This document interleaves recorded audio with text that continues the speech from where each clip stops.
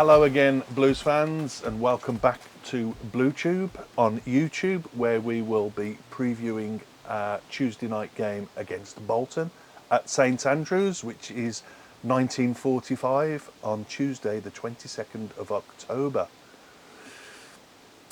Looking forward to this one. It is good to be back, isn't it? Back at St Andrews. When was the last time that we were there? Can't wait. It feels like that 10 years ago. I know, yeah. It feels like I've aged since then. So Bolton, so far this season. Bolton Wanderers are managed by Ian Evatt, who's currently on a PreMatch ban. Oh, right, so he wasn't present for their game the other day on Saturday. This was all down to some violent conduct against Shrewsbury. I didn't see what happened, to be honest, but this the Blues game will be his second ban of 3. Okay. So looking forward to being back down under the lights. I love the night games, I do, Yeah, so can't wait for absolutely. this. Bolton on Saturday, they beat Burton at home 2-1. Kyle Dempsey, 29-year-old midfielder, previous clubs Huddersfield, Peterborough and Carlisle, was Bolton's man of the match the other day. Their goal scorers were Aaron Collins and Randall Williams. Do you know any of them? They're new to me. Who? Yeah, exactly. But here's a little one for you to start us off. A little Blues fact. They've currently got a player, Josh Dacres-Cogley. Yeah, I remember that name. Yeah, he was an ex-Blues player that joined Bolton last year. He scored 3 goals for them. Still looks like he's a youth player. But he was one of these that I think a lot of Blues fans thought a bit of him, to be fair. So well, he's always in he'll the be in the team. It looks like he'll be in the he's team. in the Bolton. So He's always in the Bolton team. And you've got to remember with Bolton as well, playoff finalists. Yes, they were last year. So they'll be there or thereabouts, won't they? You'd think so. Want some stats? Yeah, go on. Let's go for it. So previous meetings, we've played Bolton 101 times. We've drawn 28. We've won 32. Bolton have won 41. Now, I'm a firm believer in balancing things up, so we're going to smash them on Tuesday. Might be a jinx. You've said the same thing with Charlton. You've got to be careful. Do you want some stats for this season between Blues and Bolton? Go on then, let's have a listen. So, goals conceded for Blues this season, 10. They've conceded 16. Yep. Blues shots this season. How many shots do you think Blues have had? Go on. 80. Now, do you think Bolton have had more or less shots this season? We've had less. They've had 96. Really? Shots on target, Shooting Blues. from goal kicks. Shots on target, Blues 46 so far this season. Bolton 50. Wow. Attacking team. Shots off target, Blues 34, Bolton 46. Blocked shots, Blues 40, Bolton 46. Passing accuracy, I know we're going to win this one. Blues 85%, Bolton 78%. Still good though. He's good. Still good. There's some good stats there, you know. So maybe we won't beat them so heavily, but we're going to beat them. Going to make us look silly you are if we lose now. So talking about the table then, Blues are top of the charts on 25 points after our win against Lincoln on Saturday, which was fantastic. We beat them 3-1. Bolton currently 11th. I thought they were a little bit further up than that. I mean, because they've had some good results, haven't they? League One's a decent division, you know. I mean, it's very similar to the Championship, isn't that? Anyone can beat anyone on their day. Yeah, they're on. Seems to be the case of Bolton. They're on 17 points. Bolton are at the moment. So let's talk about possible team then. I mean, Jay Stansfield was injured the other day against Lincoln, wasn't he? He went away with the England under-21s. Haven't heard much, but apparently Chris Davies said it was a knock. So I'm hoping he'll play some sort of part in our squad rotation thing that we're doing. Even if it's off the bench, no one would ever complain at seeing Jay Stansfield in and around the team, would they? No. But you just got to be careful with these sorts of things. I have no idea to the detail of the injury and how severe it is. But I wouldn't be too disgruntled if it was any other player filling in, because we've just got an amazing squad, haven't we? We do, yeah. And we've touched upon this many times before. Just, it's not like it used to be, is it? That No. you know, you'd be questioning, why'd they put him in? Anyone can step in. Bielik is still going to be out with this ankle issue as well. I don't think he's going to be quite ready yet. That's going to be a few weeks. I think that's going to be Ben Davis, who's in that spot then, isn't No it? complaints at all there. No, Did an excellent job covering for Bielik against Lincoln. Yeah. Superb. And to be fair, with all the games that we've got coming at the moment, like This is true. We Thick need and fast. to be Need to rotating. rotate. Maybe even leave Paik out for a little bit for Leonard this time, because we mentioned in the last video, didn't we? You know, the legs on him will go in. He's travelled a lot. Leonard is a wonderful player, a box-to-box midfielder. Give him a run out. This is nothing on Paik. This is just to make sure that you're keeping them fit and not, provoking injury. No, I wouldn't disagree with that one.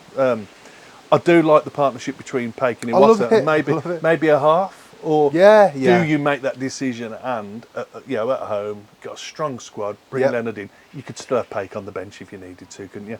But in the same vein, what about bringing Sanderson back now? Would you do that, or would you keep him on the bench? Well, would you go that far? I think Ben Davies has got a lot of energy due to the fact that he hasn't played much so far this season. So I wouldn't want to disrupt the back line too much, considering he's just played against Lincoln.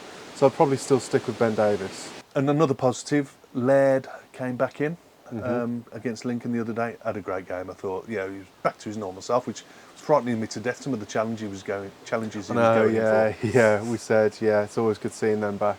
Yeah, still go for Taylor Gardner-Hickman though, of course. Would you start with him? Would you? Yeah, I wouldn't be throwing Laird back into the deep end like that. Okay, no, that's fair enough. But it's all positives, isn't it? It's like I've got a little note here. Yokohama. Do you start? You can start him. You can bring him on like we did the other day. I wasn't too convinced about Hansen, so I would actually consider if Scott Wright's back. Then again, I've not seen Scott. Has he been on the left-hand side? I might be mistaken now. I think I've always seen him on the right, but I'm not too sure. I'd consider actually starting Yokoyama against Bolton, instead of Hansen. Why not? Mix it up a bit, because he can do a job. He can do a job. He started tracking back like we mentioned before. And do I need to say anything about Willemsen?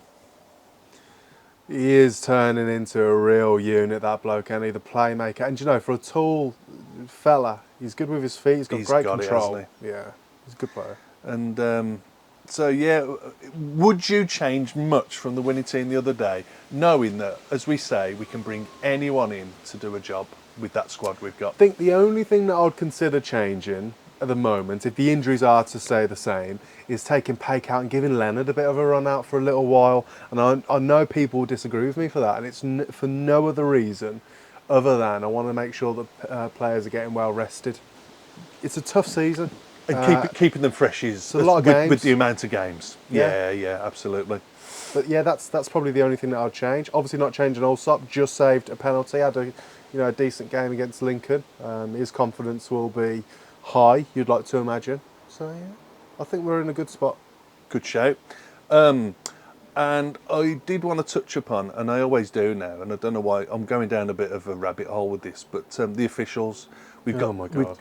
Our ref for the game is called Stephen Martin, and he's from Staffordshire. Oh, Stephen Martin, Pink Panther.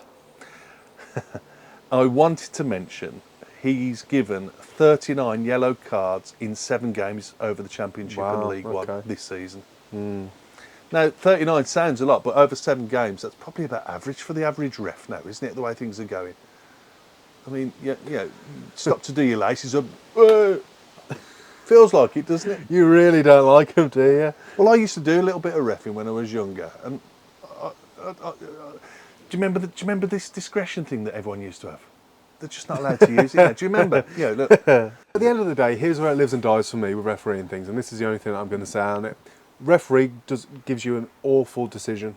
It's completely wrong. Everything about the game suggests that it should have been the other way and it's gone against you for whatever reason. What can you do about it? Oh, that referee was awful, that was. Anyway, got to focus on the next game now. True. You can't control it. You can't do anything about it. But you want them to be right from the start. Of course you do. But the annoying thing is, though, Dad, you can't change it. There's nothing that you can do to influence it. You're absolutely You can't right. go onto the training pitch and get your referees out and go, right, guys, make sure you're practicing this, that and the other. How quick are you getting the cards out? Come on, that's 0.2 seconds too long, that is. You don't do any of that. What you can focus on and can control is how your players attack the game. That's the only thing that we need to focus on. Thanks, Dad. Anytime, son. No, that's all I've got then. I'm just really looking forward to this game. Looking forward to getting back down there. Just got to get back from work early enough to get up there. I know, Hopefully the trains will be running. Well, hopefully the government sort out with this new stadium plans, but let's not get into that. Anyway, I think that can wrap up the video. Just before we go, though, let's do some predictions. You can go first. Right, I am going to go 3-0 Blues. Oh, yeah. I'm going 3-0 Blues. Go on, I'll press you further. Put the glasses down on that. Press you further. Goal scorers. I think May's going to pop his cherry again. Okay. Willemson Yeah, not a bad shout. and Iwata. Okay. Because that's the type of game it's going to be. Yeah. Okay, interesting. I still think that we're going to concede a goal. And do you know what? I feel a 2-1. And I think Clara's going to score from a corner. And You're 1-0 up on me at the moment with the I am, predictions. yeah. Be 1-1 this week. And go on, Clara scoring from a corner and Alfie May. 2-1 Blues. Sounds good to me. Yep. All right then. That's not your thoughts, Blues fans, as always. And once again, thank you so much for tuning in. Please do be sure to leave a comment. And please like and subscribe. It helps us out more than you know. And in fact, on the like and subscribing stick, we just want to thank you because we've actually reached over 100 subscribers now. So me and my dad both want to thank you guys for tuning in and showing your support. It's quite overwhelming, really, even though it is what some of you might think only 100. It's a fair amount of people. So yeah. But anyway, we hope to see you guys down there on Tuesday night under the lights for Blues v Bolton. Take care, Blues fans. See you on the next one.